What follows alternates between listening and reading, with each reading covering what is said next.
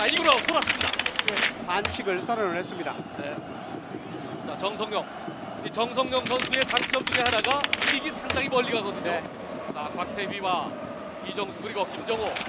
여유가 있어요. 잘 돌아섰죠? 부상일 것입니다. 더군다나 어제 그리고 경기 조금 전까지 계속 이곳 도쿄 비가 네, 왔습니다. 박지성 선수. 들어갑니다. 슛! 박지성! 네. 자, 일본 국민들에게 한국 축구의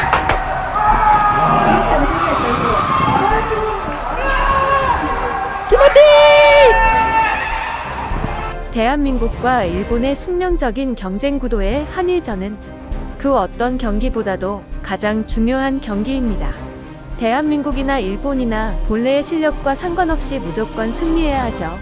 전승을 했다가도 이 경기에서 패배하면 비난이 쏟아지며 패배의 원인이 된 선수는 역적, 매국노 취급을 받게 됩니다. 세계적인 건설 현장에서도 한일전의 연장전이 벌어졌는데요. 오늘은 그 이야기를 해볼까 해요.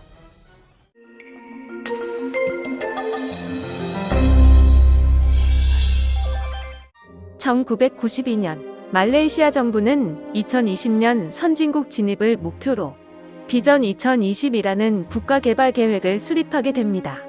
그 일환으로 대규모 상업 중심지를 조성하는 프로젝트가 진행되었고 그 핵심 사업이 페트로나스 트윈타워의 건설이었습니다.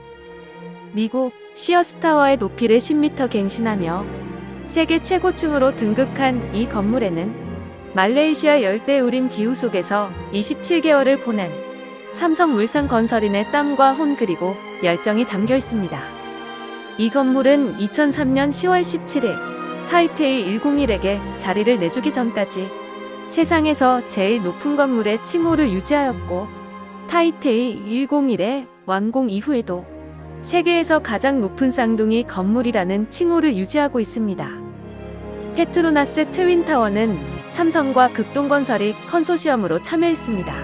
당시 우리나라는 100층 이상의 초고층 건축 실적이 전무해 삼성의 30층을 지은 실적과 극동의 54층 실적을 합해 입찰했던 것이죠. 쌍둥이 빌딩의 또 다른 타워는 100년 역사의 세계적 건설업체인 일본의 하자마건설이 맡았습니다. 하자마건설은 일제강점기 시절 경부선 철도 공사와 압록강하류의 당시 세계 최대 규모인 수풍댐을 건설했는데 지금도 우리나라에서 제일 큰 댐입니다. 댐 건설의 속셈은 일본의 대륙 침략을 위한 것이었으나 이 덕에 1970년 이전까지 남한보다 북한의 전력 사정이 좋았다고 합니다.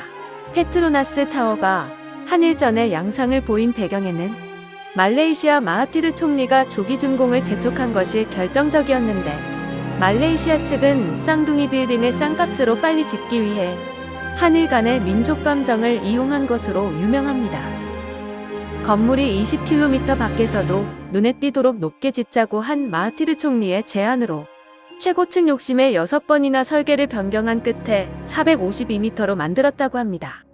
삼성은 하자마건설보다 35일 늦게 착공한 데다 공사도 수개월이나 뒤처져 있었습니다.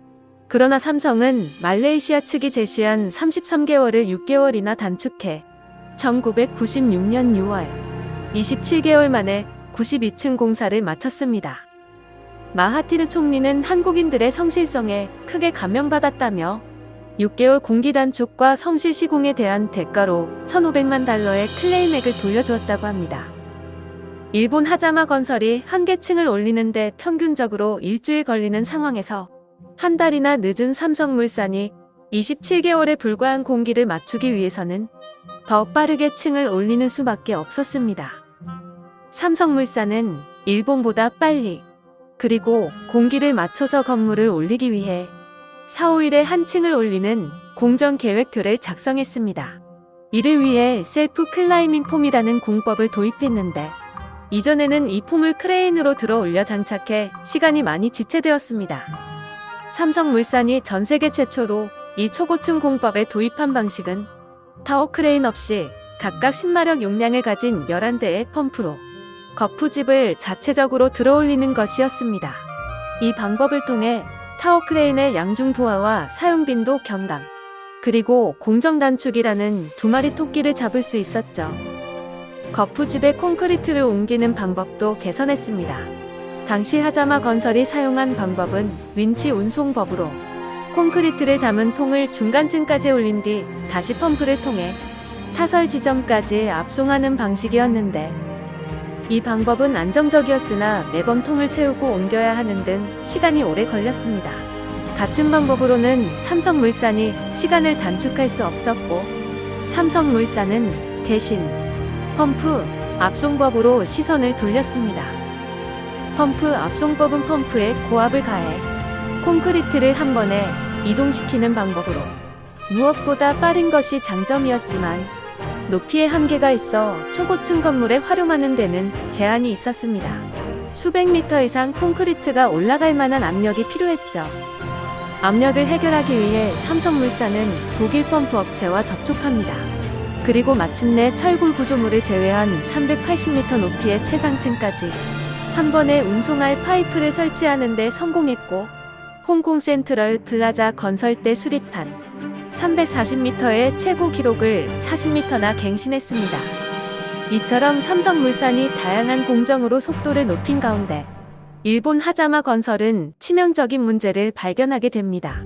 하자마 건설이 맡은 타워 1이 25mm나 기울어져 있던 것인데 451m나 올라가는 만큼 초반부 25mm의 기울기는 치명적인 문제였습니다. 이에 일본은 삼성물산이 급하게 짓느라고 25mm 기울은 건물을 지었다고 각종 언론을 조작했지만 상황은 일본의 의도와 다르게 돌아갔습니다. 내셔널 지오그래픽 등 세계적인 매체들이 전문가를 대동하고 사실 확인에 나선 것인데, 그 결과 일본의 언론 플레이에도 불구하고 하자마 건설의 타워 1이 기울었다는 사실이 명확해지면서 일본의 조작이 들통난 것입니다. 초고강도 콘크리트도 초고층 빌딩에는 필수적입니다. 건물 높이가 엄청난 만큼 위에서 아래로 짓누르는 무게가 상상을 초월하는데 건물의 총 중량이 무려 27만 톤에 이릅니다. 빌딩 아랫부분의 기둥은 총 16개로 개당 약 1만 7천 톤의 무게를 지탱해야 합니다. 트윈타워에 사용된 콘크리트는 1제곱센티미터당 800kg을 견딘다고 하는데, 주사위만한 콘크리트 조각이 1톤에 가까운 무게를 견디는 셈이 됩니다. 교각 역시 국내에서 각종 부품을 제작한 후 현지에서 조립해 크레인으로 올렸는데 1mm의 오차도 허용되지 않는 정밀 공정에 사용된 볼트만 해도 무려 8,000개에 달했습니다. 우리 국산 자재를 마산항에서 33개의 컨테이너에 나눠 싣고 와서 스카이브리지 철골을 조립하던 중 1995년 6월 29일 삼풍백화점 붕괴 사고가 터졌습니다. 말레이시아 언론은 연일 5, 6층 빌딩도 비스킷처럼 부서지게 짓는 나라인데 페트로나스 타워를 지을 수 있겠느냐고 비아냥댔습니다. 말레이시아와 영국의 감독관들도 줄곧 스카이브리지 가조린 모습을 자존심을 건드려가며 24시간 촬영했고, 삼성 직원들이 사흘 밤낮을 자지 않고 현장을 지켰더니 그때서야 감독관들이 철수를 했다고 합니다. 타워 건물의 41, 42층에는 2층짜리 스카이브리지가 연결되어 있습니다. 오사카 쌍둥이 빌딩에 있는 길이 28m, 높이 112m의 스카이브리지 공사 때도 일본의 방송들이 생중계했을 정도로 스카이브리지 공사는 난공사로 유명했습니다. 삼성은 오사카 쌍둥이 빌딩 스카이브리지를 건설해본 하자마가 시공이 까다로워 기피한 세계에서 가장 높은 곳에 위치한 다리인 스카이브리지 공사를 겁도 없이 따냈던 것입니다. 중간 교량 공사엔 첨단 과학기술이 총동원됐습니다. 이 교량은 50년 주기로 예상되는 강한 돌풍에 대비해 특수 설계됐는데, 길이 58m에 폭 6m, 무게 1000톤의 교량을 시어자로 받쳐 지탱해 전후좌우에서 부는 바람에도 견딜 수 있도록 디자인했습니다.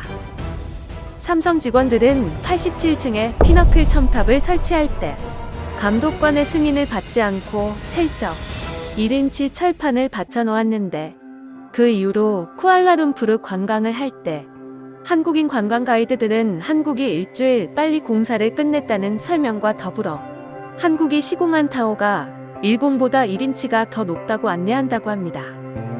콘크리트 타설을 완료했다고 경쟁이 끝난 것은 아니었습니다. 건물 최상고 첨탑을 설치하는 공사가 결승전처럼 기다리고 있었죠.